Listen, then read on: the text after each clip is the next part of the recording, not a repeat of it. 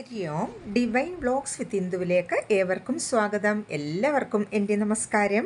ശ്രീ ലളിതാ സഹസ്രനാമ സ്തോത്രത്തിൻ്റെ 176 ശ്ലോകങ്ങൾ വരെ നമ്മൾ കണ്ടുകഴിഞ്ഞു. ഇനി അവസാനത്തെ 7 ശ്ലോകങ്ങൾ കൂടി നമുക്ക് നോക്കാം. ഈ ചാനൽ സബ്സ്ക്രൈബ് ചെയ്യാതെ കാണുന്നവരുണ്ടെങ്കിൽ സബ്സ്ക്രൈബ് ചെയ്യുക. ഓം ശ്രീ മഹാദേവേ നമഃ. ബന്ധൂകകുസുമപ്രഖ്യാ ബാലാ ലീലാ വിനോദിനി. ബന്ധൂകകുസുമപ്രഖ്യാ. ബന്ധൂകകുസുമം എന്ന് വെച്ചാൽ ചെമ്പരത്തിപ്പൂവാണ്. ചെമ്പരത്തിപ്പൂ പോലെ പ്രഖ്യ എന്ന് വെച്ചാൽ ശോഭ. ചെമ്പരത്തിപ്പൂ പോലെ ശോഭയുള്ള ദേവി. ദേവിയുടെ വർണ്ണം അരുണവർണ്ണമാണ്, ചുവപ്പ് നിറമാണ്. അത് നമ്മൾ ധ്യാനമന്ത്രത്തിലൊക്കെ കണ്ടുകഴിഞ്ഞു. അതിനെയാണ് ഇവിടെ പറയുന്നത് ബന്ധൂക കുസുമ പ്രഖ്യ. ബാല, ബാലികാരൂപിണിയായ ദേവി. അത്ര നിഷ്കളങ്കയുള്ളവളാണ് ദേവി. അതാണ് ബാല. ലീലാ വിനോദിനി, ഈ പ്രപഞ്ച ലീലയിൽ വിനോദം കൊള്ളുന്ന ദേവി. സൃഷ്ടിസ്ഥിതി സംഹാരത്തിൽ വിനോദം കൊള്ളുന്ന ദേവി. അതാണ് ലീലാ വിനോദിനി. അപ്പോൾ ബന്ധൂക കുസുമ പ്രഖ്യ ബാല ലീലാ വിനോദിനി. അടുത്തത് സുമംഗലി സുഖകരി സുവേഷാഢ്യ സുവാസിനി. സുമംഗലി, അത്യന്തം മംഗളസ്വരൂപിണിയായ ദേവി. സുഖകരി, സുഖം നൽകുന്നവൾ. തന്നെ ആശ്രയിക്കുന്നവർക്ക് സുഖം നൽകുന്ന ദേവി സുഖകരി. സുവേഷാഢ്യ, ശ്രേഷ്ഠ വസ്ത്രങ്ങൾ അണിഞ്ഞ ദേവി. സുവാസിനി, നിത്യസുമംഗലിയായ ദേവി. അപ്പോൾ സുമംഗലി, സുഖകരി, സുവേഷാഢ്യ, സുവാസിനി. സുവാസിന്യർച്ചന പ്രീത ശോഭന ശുദ്ധമാനസ. സുവാസിന്യർച്ചന പ്രീത. സുവാസിനി സുമംഗലിയാണെന്ന് പറഞ്ഞു. അപ്പോൾ സുവാസിന്യർച്ചന പ്രീത എന്ന് വെച്ചാൽ സുമംഗലികളുടെ ആരാധന കൊണ്ട് സന്തോഷിക്കുന്ന ദേവി. ആ ശോഭന, നിത്യസുന്ദരിയായ ദേവി. ശുദ്ധമാനസ, പരിശുദ്ധ മനസ്സുള്ളവൾ. സ്ഫടികം പോലെ കളങ്കമില്ലാത്ത മനസ്സാണ് ദേവിക്കുള്ളത്. അതാണ് ശുദ്ധമാനസ. അപ്പോൾ സുവാസിന്യർച്ചന പ്രീത ശോഭന ശുദ്ധമാനസ. അടുത്തത് ബിന്ദുതർപ്പണ സന്തുഷ്ട പൂർവജ ത്രിപുരാംബിക. ബിന്ദുതർപ്പണ സന്തുഷ്ട, ബിന്ദുവിൽ തർപ്പണം ചെയ്യുന്നത് കൊണ്ട് സന്തോഷിക്കുന്ന ദേവി.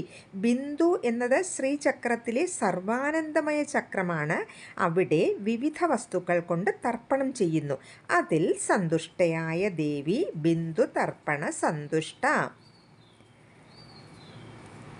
അടുത്തത് പൂർവജ. പൂർവജ എന്ന് വെച്ചാൽ എല്ലാറ്റിനും മുമ്പുണ്ടായത്, ആദ്യമുണ്ടായത് എന്നർത്ഥം. ത്രിപുരാംബിക, ത്രിപുരാംബികയായ ദേവി. 3 പുരങ്ങൾ. ആ 3 പുരങ്ങൾ എന്ന് വെച്ചാൽ 3 അവസ്ഥകൾ. ആ 3 അവസ്ഥകൾ എന്ന് വെച്ചാൽ പലതുണ്ട്. ജാഗ്രത്, സ്വപ്ന, സുഷുപ്തി. പിന്നെ ശരീരമെടുത്താൽ സ്ഥൂല ശരീരം, സൂക്ഷ്മ ശരീരം, കാരണശരീരം. ലോകമാണെങ്കിൽ ഭൂർ ഭുവ സ്വ. അങ്ങനെ ഇതിനെല്ലാം അംബികയായ ദേവി. അതാണ് ത്രിപുരാംബിക. അപ്പോൾ ബിന്ദുതർപ്പണ സന്തുഷ്ട പൂർവജ ത്രിപുരാംബിക. അടുത്തത് ദശമുദ്ര സമാരാധ്യ ത്രിപുര ശ്രീ വശങ്കരി. ദശമുദ്ര സമാരാധ്യ, ദശമുദ്ര 10 മുദ്രകളാൽ സമാരാധ്യ, ആരാധിക്കപ്പെടേണ്ടതായ ദേവി. ഇത് താന്ത്രികമായ ഒരു കാര്യമാണ്, മുദ്ര പിടിക്കുന്നത്. അതാണ് ദശമുദ്ര സമാരാധ്യ. ത്രിപുര ശ്രീ വശങ്കരി, ത്രിപുരങ്ങളുടെ അധീശ്വരിയായ ദേവി.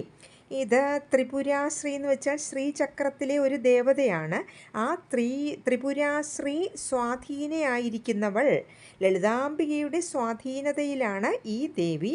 അതാണ് വശങ്കരി. അപ്പോൾ ദശമുദ്ര സമാരാധ്യ വശങ്കരി. അടുത്തത് ജ്ഞാനമുദ്ര ജ്ഞാനഗമ്യ ജ്ഞാനജ്ഞേയ സ്വരൂപിണി. ജ്ഞാനമുദ്ര, ജ്ഞാനമുദ്രയുടെ സ്വരൂപത്തിലുള്ളവൾ. അതായത് ജ്ഞാനമുദ്ര എന്ന് വെച്ചാൽ തള്ളവിരലും ചൂണ്ടുവിരലും കൂടി ചേർത്ത് വെച്ച് മറ്റു വിരലുകൾ നിവർത്തി വയ്ക്കുന്നതാണ് ജ്ഞാനമുദ്ര. ആ മുദ്രയുടെ രൂപത്തിലുള്ളവൾ ജ്ഞാനമുദ്ര. ജ്ഞാനഗമ്യ, ജ്ഞാനം കൊണ്ട് പ്രാപിക്കാവുന്ന ദേവി. താത്വികമായ അറിവ് കൊണ്ട് മാത്രം ഗ്രഹിക്കപ്പെടുന്നവൾ ജ്ഞാനഗമ്യ. ജ്ഞാനജ്ഞേയ സ്വരൂപിണി. ജ്ഞാനജ്ഞേയം എന്ന് വെച്ചാൽ അറിയുന്നവനും അറിയേണ്ട വസ്തുവും ആയിരിക്കുന്ന ദേവി ജ്ഞാനജ്ഞേയ സ്വരൂപിണി. അപ്പോൾ ജ്ഞാനമുദ്ര, ജ്ഞാനഗമ്യ, ജ്ഞാനജ്ഞേയ സ്വരൂപിണി. അടുത്തത് യോനിമുദ്ര ത്രിഖണ്ഡേശി ത്രിഗുണാംബ ത്രികോണക. യോനിമുദ്ര, യോനിമുദ്ര സ്വരൂപമായവൾ. അത് ദശമുദ്രയിലെ ഒരു മുദ്രയാണ് യോനിമുദ്ര. അടുത്തത് ത്രിഖണ്ഡേശി, ത്രിഖണ്ഡത്തിൻ്റെയും 3 ഖണ്ഡത്തിൻ്റെയും ഈശ്വരി. 3 ഖണ്ഡം എന്നാൽ സോമഖണ്ഡം, അതായത് ചന്ദ്രഖണ്ഡം, സൂര്യഖണ്ഡം, അഗ്നിഖണ്ഡം. ഈ 3 ഖണ്ഡത്തിൻ്റെയും ഈശ്വരിയായ ദേവി ത്രിഖണ്ഡേശി. ത്രിഗുണ, ത്രിഗുണങ്ങളുടെ രൂപത്തിലുള്ളവൾ. സത്വം, രജസ്, തമസ് എന്നീ 3 ഗുണങ്ങളുടെ രൂപത്തിലുള്ളവൾ ദേവി ഈ ഗുണങ്ങൾക്കും അതീതയാണെന്നാണ് പറയുന്നത്. അതാണ് ത്രിഗുണാം അംബ. എല്ലാ ജീവജാലങ്ങൾക്കും അമ്മയായ ദേവി അംബ. ത്രികോണക, ത്രികോണത്തിൽ സ്ഥിതി ചെയ്യുന്ന ദേവി. ശ്രീചക്രത്തിൽ ധാരാളം ത്രികോണങ്ങളാണ് ഉള്ളത്. അതിനൊക്കെ ഓരോ അർത്ഥങ്ങളുണ്ട്. അതാണ് ത്രികോണക. അപ്പോൾ യോനിമുദ്ര, ത്രിഖണ്ഡേശി, ത്രിഗുണാംബ, ത്രികോണക. അടുത്തത് അനഘ അദ്ഭുത ചാരിത്ര വാഞ്ചിതാർത്ഥപ്രദായിനി. അനഘ, അഖം എന്നാൽ പാപം എന്നർത്ഥം. അപ്പോൾ അനഘം എന്ന് വെച്ചാൽ പാപമില്ലാത്ത ദേവി. അദ്ഭുത ചാരിത്ര, അദ്ഭുതകരമായ പാതിവൃത്യത്തോടു കൂടിയ ദേവി. ദേവി അതീവ പാതിവൃത്യമുള്ളവളാണ്. അത് നമുക്കറിയാം. ദേവി തൻ്റെ ശരീരത്തിൻ്റെ പകുതി മഹേശ്വരന് നൽകി. അതാണ് അർദ്ധനാരീശ്വര സങ്കല്പം. അതുകൊണ്ട് അദ്ഭുത ചാരിത്ര എന്ന് പറയുന്നു. വാഞ്ചിതാർത്ഥപ്രദായിനി, വാഞ്ചിതാർത്ഥം എന്ന് വെച്ചാൽ അഭീഷ്ടം നൽകുന്ന ദേവി. നാം ആഗ്രഹിക്കുന്ന എല്ലാം തരില്ല. നമുക്കെന്താണ് ഹിതം, നമുക്ക് അർഹതയുണ്ടെങ്കിൽ അത് ദേവി നൽകും. അതാണ് വാഞ്ചിതാർത്ഥപ്രദായിനി. അപ്പോൾ അനഘാത്ഭുത ചാരിത്ര വാഞ്ചിതാർത്ഥപ്രദായിനി. അടുത്തത് അഭ്യാസാതിശയജ്ഞാത ഷഡധ്വാതീത രൂപിണി.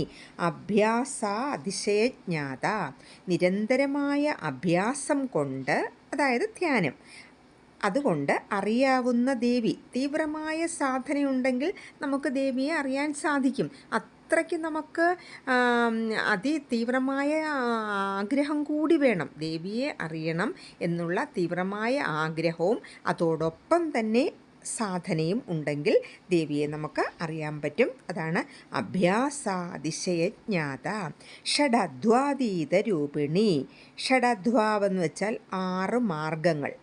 6 മാർഗങ്ങളെയും അതീത രൂപിണി, അതിനെ അതിക്രമിച്ച ദേവി. 6 മാർഗങ്ങൾ എന്ന് വെച്ചാൽ പദം, ഭുവനം, വർണ്ണം, തത്വം, കല, മന്ത്രം, അതൊക്കെയാണ് ഷഡധ്വാവെന്ന് പറയുന്നത്. ഈ 6 മാർഗങ്ങളെയും അതിക്രമിച്ച ദേവി ഷഡധ്വാതീത രൂപിണി. അപ്പോൾ അഭ്യാസാതിശയജ്ഞാത ഷഡധ്വാതീത രൂപിണി. അടുത്തത് അവ്യാജ കരുണാമൂർത്തി അജ്ഞാനധ്വാന്ത ദീപിക. അവ്യാജ കരുണാമൂർത്തി, യാതൊരു വ്യാജമില്ലാത്ത അത്യന്തം ശുദ്ധമായ കാരുണ്യം ഉടലെടുത്ത ദേവി. അത്രയ്ക്ക് നിഷ്കളങ്കതയാണ് ദേവിക്കുള്ളത്. അതാണ് അവ്യാജ കരുണാമൂർത്തി. അജ്ഞാനധ്വാന്ത ദീപിക, അജ്ഞാനം, അജ്ഞാനമായ ധ്വാന്തം എന്ന് വെച്ചാൽ ഇരുട്ട്, അജ്ഞാന അന്ധകാരത്തെ നശിപ്പിക്കുന്ന ദീപമായ ദേവി. അതാണ് അജ്ഞാനാധ്വാന്ത ദീപിക. അപ്പോൾ അവ്യാജ കരുണാമൂർത്തി, അജ്ഞാനധ്വാന്ത ദീപിക. അടുത്തത് ആബാലഗോപവിദിത സർവാനുല്യംഘ്യ ശാസന. ആബാലഗോപവിദിത, ആബാലഗോപം എന്ന് വെച്ചാൽ കുട്ടികൾക്കും ഗോപന്മാർക്കും അറിയാൻ സാധിക്കുന്നവളായ ദേവി. കുട്ടികളിൽ നിന്ന് ഇവിടെ ഉദ്ദേശിക്കുന്നത് അത്രയ്ക്ക് വലിയ ജ്ഞാനമില്ലാത്ത, ഒന്നും അറിയാത്തവരെയാണ് ഇവിടെ കുട്ടികൾ എന്നുദ്ദേശിക്കുന്നത്. ഗോപന്മാർ എന്ന് വെച്ചാൽ ജ്ഞാനികൾ, പണ്ഡിതന്മാർ എന്നും അർത്ഥമുണ്ട്. അപ്പോൾ അവർക്കൊക്കെ ദേവിയെ അറിയാൻ സാധിക്കുന്നു. അതാണ് ആബാല ഗോപ വിദിത സർവാനുല്യംഘ്യ ശാസന. ആർക്കും ലംഘിക്കാനാവാത്ത ആജ്ഞാശക്തിയുള്ള ദേവി. അത്രയ്ക്ക് ശാസനാശക്തിയാണ് ദേവിക്കുള്ളത്. ബ്രഹ്മാവ് മുതൽ കീടം വരെയുള്ള എന്തും ചലിക്കണമെങ്കിൽ ദേവിയുടെ ആ ശാസനാശക്തിയിലൂടെ നമുക്ക് ചലിക്കാൻ സാധിക്കുകയുള്ളൂ. അതാണ് സർവാനുല്യംഘ്യ ശാസന. ആബാല ഗോപവിദിത സർവാനുല്യംഘ്യ ശാസന. അടുത്തത് ശ്രീചക്രരാജനിലയ ശ്രീമത് ത്രിപുരസുന്ദരി. ശ്രീചക്രരാജനിലയ, ശ്രീചക്രത്തിൽ സ്ഥിതി ചെയ്യുന്ന ദേവി. ചക്രങ്ങളുടെ രാജനാണ് ശ്രീചക്രം. ആ ശ്രീചക്രത്തിൽ സ്ഥിതി ചെയ്യുന്നു. ശ്രീചക്രം എന്നാൽ ശ്രീ പരമേശ്വരൻ്റെയും ദേവിയുടെയും ശരീരമാണ്. അതാണ് ശ്രീചക്രരാജനിലയ. ശ്രീമത് ത്രിപുരസുന്ദരി, ദിവ്യമായ ത്രിപുരസുന്ദരിയായി പരിശോഭിക്കുന്ന ദേവി. ശിവൻ ത്രിപുര സുന്ദരനാണ്, ദേവി ത്രിപുര സുന്ദരിയുമാണ്. അതാണ് ശ്രീമത് ത്രിപുര സുന്ദരി. ശ്രീചക്രരാജനിലയ ശ്രീമത് ത്രിപുര സുന്ദരി. അടുത്തത് ശ്രീ ശിവ, ശിവശക്തിഐക്യരൂപിണീ ലളിതാംബിക. ശ്രീ ശിവ, ദിവ്യയായ ശിവ, ശിവൻ്റെ പത്നിയായ, അതാണ് ശിവ എന്ന് പറയുന്നത്. ശ്രീ ശിവ, ശിവശക്തി ഐക്യരൂപിണി, ശിവശക്തികളുടെ ഏകീഭാവമായ ദേവി. അതാണ് സമ്പൂർണ്ണ ഭേദരാഹിത്യമാണ് ഐക്യം എന്ന വാക്കുകൊണ്ട് കാണിക്കുന്നത്. ശിവനും ശക്തിയും വേറെയല്ല. ഈ പ്രപഞ്ചം മുഴുവൻ വ്യാപിച്ചിരിക്കുന്നത് ഈ ശിവശക്തികളാണ്, ആ ദേവി തന്നെയാണ്. അതാണ് ശിവശക്തി ഐക്യരൂപിണി ലളിതാംബിക. ആ ലളിതാംബികയായ ദേവി, അത്രയ്ക്ക് ലാളിത്യമുള്ളവളാണ് ലളിതാംബിക. ആ വാക്കിൻ്റെ അർത്ഥം തന്നെ അങ്ങനെയാണ്. ശ്രീ ശിവ, ശിവശക്തിഐക്യരൂപിണി ലളിതാംബിക. ഈ ലളിതാ സഹസ്രനാമ സ്തോത്രത്തിൻ്റെ സ്തോത്രങ്ങൾ പൂർണ്ണമായി കഴിഞ്ഞു. ഈ പറഞ്ഞ എല്ലാ സ്തോത്രങ്ങളും ദേവിയുടെ തൃപ്പാദത്തിൽ ഞാൻ സമർപ്പിക്കുന്നു. ദേവിയുടെ അനുഗ്രഹം കൊണ്ട് നമുക്കിത് പരിപൂർണമായി സമാപ്തിയിലോട്ട് എത്തിക്കാൻ സാധിച്ചു.